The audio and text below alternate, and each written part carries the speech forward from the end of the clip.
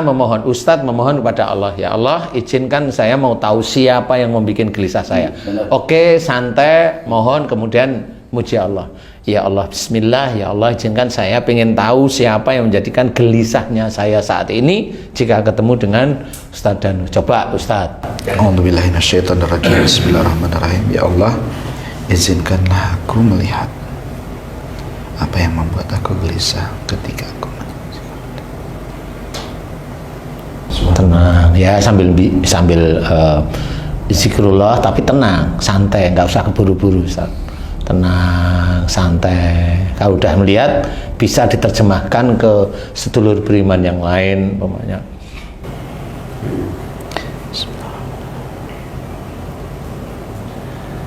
Ketemu Ustaz? Ya sama sih. Iya nggak apa-apa. Ustaz ceritain ke sedulur beriman deh. Apa? Ya, sedulur beriman, jadi yang saya rasakan saat ini, Allah alam bisawab ya, sama seperti yang lalu, kembali menyaksikan mata-mata yang banyak. Satu, ya, wujudnya itu, ya, wujudnya satu tetapi banyak gitu maksudnya ya. Jadi komandannya satu, tapi di belakang itu banyak. Ada berapa kira-kira Ustaz? Oh enggak, itu banyak banget. Banyak gitu? Banyak banget. Itu kayak di ruang terbuka gitu berarti. Kayak di lapangan. Ustaz, gitu. coba bertanya, kamu siapa? Coba aja Ustaz, saya nggak tahu ini Ustaz ya. Coba, makhluk, kamu siapa gitu aja. Langsung ngejawab Dajjal. Dajjal? Iya. Sinis dibacanya, lihat saya sinis banget. Kok ngeliatnya sini sih ngeliatnya? Hah? Ya sudah, sekarang Ustadz monggo ditanyain kenapa kamu ada di tubuhku, atau kalau itu Ustadz nggak terlalu ini, bisa aja yang dulu di tubuhku itu kamu atau Aku tuh benci sama Danu. apa? Aku tuh benci sama Danu. Oh gitu. Kenapa Ustadz, tanyain coba. Kenapa benci sama Danu?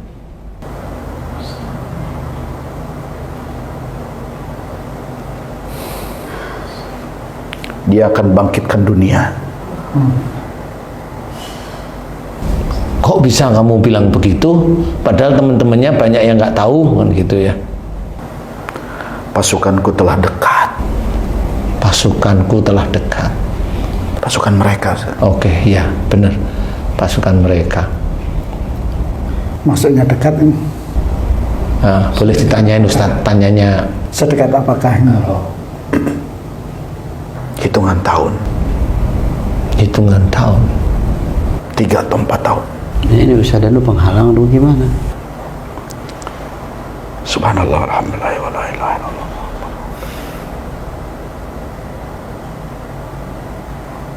Aku tidak akan membiarkanmu lepas, Danu. Tanyain kenapa kamu benci sekali sama Ustadz Danu. Karena aku tahu siapa kamu, Danu. Saya tanyain Ustadz, kamu yang dulu di tubuh saya atau Bukan. yang dulu kemana? Ditanya Ustadz. Dia telah pergi. Dia naik. Benar sih. Ini dari mana ini? Kalau Ustadz berani tanya biar menjadi ilmu bagi saudara-saudara sedulur-sedulur beriman, boleh. Kalau Ustadz berani ya, kenapa kamu ada di tubuhku? Kalau Ustadz berani, bismillah, kalau memang ini bisa menjadi ilmu agar teman-teman saudara beriman ini paham, boleh Ustadz, bismillah ya, biar difahami. Aku mulai panas dari tubuh dia ini. Aku ingin keluar. Kenapa panasnya gitu? Karena dia dekat dengan si Danu. Tanyain dulu masuknya kenapa Ustadz? Dulu kamu masuk ke tubuh saya kenapa?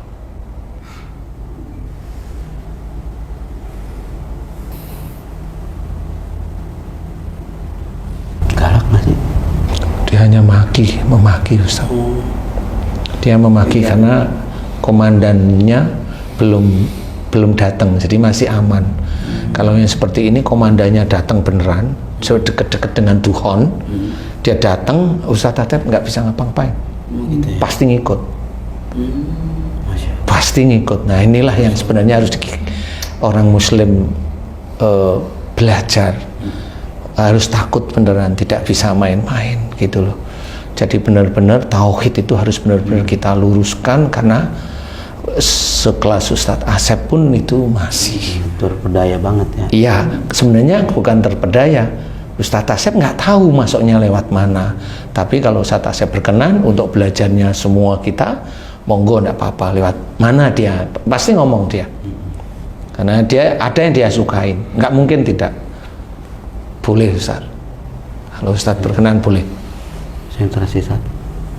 Lewat mana? Cinta dunia. Cinta dunia, hubud dunia, masuk Ustadz. Makanya kalau Allah ngajarkan cintailah akhirat, itu kan dunia itu permainan sebenarnya. Tapi sekuat apa itu Ustaz ya? Kenapa? Artinya mencintai dunia ini sekuat apa, kan hampir semua orang itu kan mencintai dunia. Iya, begini. Sebenarnya yang diperbolehkan itu insya Allah begini. Boleh mencari dunia tapi untuk akhirat, itu kuncinya. Di wasilah aja. Wasilah, sebagai wasilah aja sebenarnya. Boleh mencari dunia tapi untuk akhirat. Boleh mencari rizki tapi untuk meningkatkan iman ibadah kepada Allah.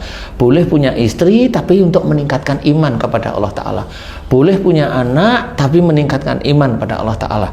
Boleh punya harta lebih atau dititipkan oleh Allah Ta'ala kelebihan, tapi untuk iman, menambah sujudnya kita kepada Allah Ta'ala. Boleh kita itu belajar agama, boleh kita itu dakwah, tapi untuk meningkatkan iman kepada Allah Ta'ala. Jangan sampai dakwah kita itu malah ada ujub, ada riya. Itu kan hubud dunia sebenarnya. Masuknya ya. Masuk dia. Popularitas itu juga salah satu juga ya. Masa ini masuk dia, itu hubud dunia. Makanya salah satunya itu. Ini yang sebenarnya sudah sering diceritakan oleh teman-teman dakwah kan ya, termasuk ini. Hubud dunia itu bahaya. Bahaya sekali. Ini benar sekarang. Jadi jangan sampai kita terpedaya dengan dunia itu. Makanya dalam salah satu hadis ceritakan, dunia itu penjaranya orang muslim sebenarnya. Kalau dia memang betul-betul takwa beneran, dunia ini penjara sebenarnya. Jadi untuk melakukan ibadah kepada Allah Ta'ala itu selalu kepentok dengan kesenangan dunia. Mau melakukan ibadah kesenangan dunia seperti tadi. Nah, ini insya Allah salah satunya disebutkan ini, walaupun ini satu yaitu hubud dunia atau cinta dunia, tapi ini sudah komplit menurut saya. Komplit sekali. Semua ada. Contoh mamanya, kita kalau kita keinginannya nggak terlaksana, marah. Nah, itu hubud dunia, marah itu sebenarnya. Karena kan nafsu kita nggak tersalurkan, nggak terpenuhi adanya, marah itu cinta dunia. Kalau cinta akhirat pada waktu tidak terpenuhi, bersabar menunggu ketetapan Allah, itu kan cinta akhirat itu namanya. Hasilnya lain itu. Hasilnya lain, tetapi yang begitu banyak apa sedikit. Nah, seperti itu.